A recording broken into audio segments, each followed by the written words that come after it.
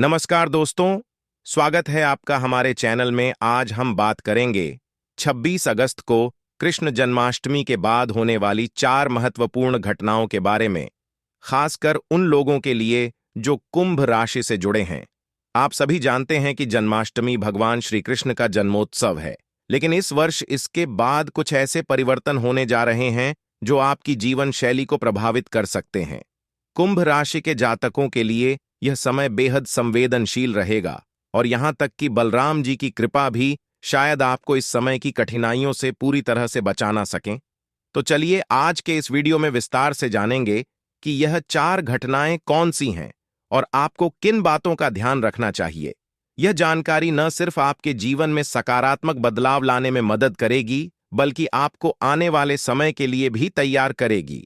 Video को अंत तक जरूर देखें, क्योंकि आखिर में हम आपको कुछ उपाय भी बताएंगे जिनसे आप इन घटनाओं का सामना कर सकें और अपने जीवन में शांति और समृद्धि ला सकें। तो बिना देरी के चलिए शुरू करते हैं। आज का वीडियो श्री कृष्ण जन्माष्टमी हिंदू धर्म का एक प्रमुख त्योहार है जो भगवान श्री कृष्ण के जन्म दिवस के रूप में मनाया जाता है। इसे जन्माष्टमी या कृष्णाष्टमी भी कहा जाता है। इस दिन भगवान श्री कृष्ण का जन्म हुआ था। श्री कृष्ण हिंदू धर्म के प्रमुख देवता हैं और उनके जीवन की कई कहानियां हमारे लिए प्रेरणा का स्रोत है। जन्माष्टमी पर भक्त बहुत उत्साह और श्रद्धा के साथ पूजा अर्चना करते हैं। इस दिन विशेष रूप से व्रत रखे जाते हैं और रात्रि में भजन कीर्तन किए जाते हैं। श्री कृष्ण का प्रेम राधा और गोपियों के साथ बहुत प्रसिद्ध है। इस दिन उनके प्रेम की कहानियों का उल्लेख किया जाता है और भक्त इस प्रेम को समझने और अपनाने की कोशिश करते हैं। श्री कृष्ण ने गीता में जीवन के महत्व, धर्म और कर्म के बारे में बहुत महत्वपूर्ण बातें कही हैं। जन्माष्टमी के अवसर पर इन शिक्षाओं का अध्ययन और प्रचार प्रसार किया जाता है। इस दिन विशेष रूप से खेल खिलाड़ी, आव नृत्य और नाटक आयोजित किए जाते हैं जो श्री कृष्ण के जीवन से जुड़े होते हैं। यह सामाजिक और सांस्कृतिक एकता को भी बढ़ावा देता है। आइए अब जानते हैं श्री कृष्ण जन्माष्टमी कब है, पूजन का शुभ मुहूर्त क्या है और व्रत पारण का समय क्या है। आपको बता दें कि श्री कृष्ण जन्माष्टमी के साल 26 अगस्त 2024 सोमवार को मनाई जाएगी। इस दिन अष्टमी तिथि सुबह 3:30 बजे से शुरू होगी और 27 अगस्त को सुबह 2:19 बजे समाप्त होगी। जन्माष्टमी के दिन रोहिणी नक्षत्र भी रहेगा। यह नक्षत्र 26 अगस्त को दोपहर 3:55 बजे से प्रारंभ होगा और 27 अगस्त को दोपहर 3:28 बजे तक रहेगा। पूजन के लिए साल का शुभ मुहूर्त 26 अगस्त को दोपहर 12 बजे से लेकर 27 अगस्त की सुबह 12:40 बजे तक रहेगा। इस दौरान भक्तगण भगवान श्री कृष्ण की पूजा और आराधना कर सकते हैं।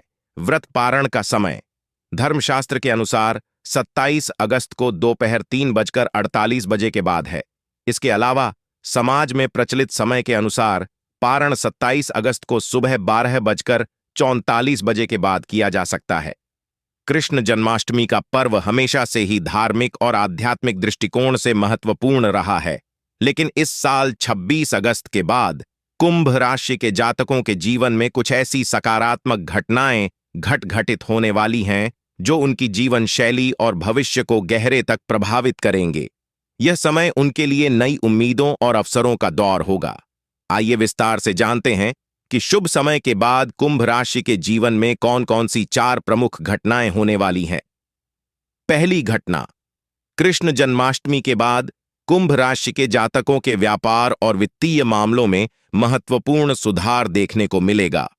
अगर आप लंबे समय से आर्थिक तंगी का सामना कर रहे थे, तो अब आपको राहत मिल सकती है। व्यापारियों के लिए यह समय नई योजनाओं और निवेश के लिए उत्तम रहेगा।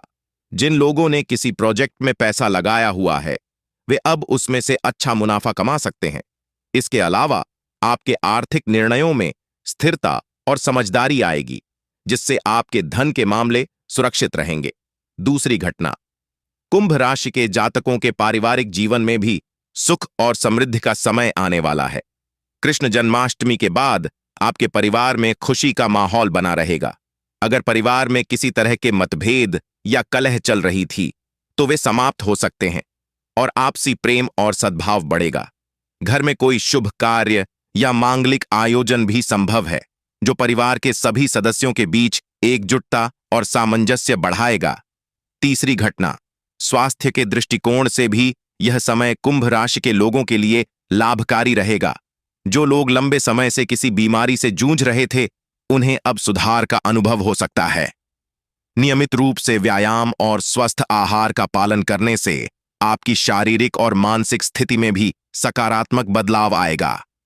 जिन लोगों को तनाव या चिंता की समस्याएं थीं, वे मानसिक शांति और स्थिरता महसूस करेंगे। मिलाकर आपका स्वास्थ्य तेजी से सुधरेगा, जिससे आप जीवन के अन्य क्षेत्रों में भी सक्रिय और सकारात्मक रहेंगे। चौथी घटना, जन्माष्टमी का व्रत भगवान श्री कृष्ण के जन्मोत्सव को समर्पित होता है। इस दिन व्रत रखकर और विधिपूर्वक पूजा अर्चना करके भक्त भगवान श्री कृष्ण का आशीर्वाद प्राप्त करते हैं। यहां हम जन्माष्टमी व्रत की पूरी विधि बता रहे हैं, जिससे आप सही तरीके से व्रत का पालन कर सकें और भगवान कृष्ण की कृपा प्राप्त कर सकें। जन्माष्टमी के दिन प्रातः उठकर स्नान करें और व्रत का संकल्प लें। फिर इस दिन अपने पूजा स्थल पर लड्डू गोपाल की मूर्ति स्थापित करें। फिर मूर्ति को पंचामृत से स्नान कराएं और विशेष श्रृंगार करें। मूर्ति को माखन और मिश्री का भोग अर्पित करें। कृष्ण मंत्रों का जाप करें और सही समय पर पूजा करें। पूजा के दौरान खीरा काटकर बाल गोपाल का जन्म मानकर हाथी करें। भाद्रपद अष्टमी के दिन उपवास रखें और नवमी के दिन व्रत का पारण करें कि सूरत से भगवान कृष्ण की कृपा प्राप्त होती है और भक्तों को धार्मिक पुण्य मिलता है। व्रत के नियमों का पालन कर भगवान कृष्ण की पूजा विधिपूर्वक करने से आध्यात्मिक लाभ होता है। आइए अब जानते हैं कृष्ण जन्माष्टमी के 5 महत्वपूर्ण उपाय। इससे आप श्री कृष्ण की कृपा सरल तरीके से पाएं। कृष्ण जन्माष्टमी का पर्व भक्तों के लिए अत्यधिक श्रद्धा और भक्ति का अवसर होता है। इस दिन भगवान श्री कृष्ण के जन्म का उत्सव मनाया जाता है और उनका आशीर्वाद प्राप्त करने के लिए लोग विभिन्न उपाय करते हैं। यहाँ हम आपको 5 ऐसे सरल और प्रभावी उपाय बता रहे हैं, जिन्हें अपनाकर आप अपने जीवन में सुख, समृद्धि, धन और खुशहाली को आमंत्रित कर सकते हैं। पहला उपाय, भगवान श्री कृष्ण को माखन और मिश्री अत्यंत प्रिय है। जन्माष्टमी की रात जब भगवान का जन्म हो जाता है, तो उन्हें माखन और मिश्री का भोग अवश्य लगाएं। यह भोग श्री कृष्ण की बाल लीलाओं का स्मरण कराता है और इससे घर में सुख समृद्धि का वास होता है कि इस उपाय से दांपत्य जीवन में खुशहाली बनी रहती है और भगवान की कृपा सदैव बनी रहती है। दूसरा उपाय, जन्माष्टमी के दिन लड्डू गोपाल का दक्षिणावर्ती शंख से अभिषेक करना अत्यधिक शुभ माना जाता है। इसके बाद श्री कृष्ण चालीसा या विष्णु सहज प्रणाम का पाठ करें। ऐसा करने से न केवल आर्थिक स्थिति में सुधार आता है, बल्कि जीवन में संपन्नता भी बनी रहती है। शंख का जल भगवान कृष्ण को अर्पित करने से उनके आशीर्वाद से घर में धन और संपत्ति के वृद्धि होती है। तीसरा उपाय, अगर आपकी आर्थिक स्थिति में लंबे समय से सुधार नहीं हो रहा है, तो कृष्ण जन्माष्टमी की रात भगवान श्री कृष्ण के जन्म के बाद उन्हें पान का पत्ता अर्पित करें।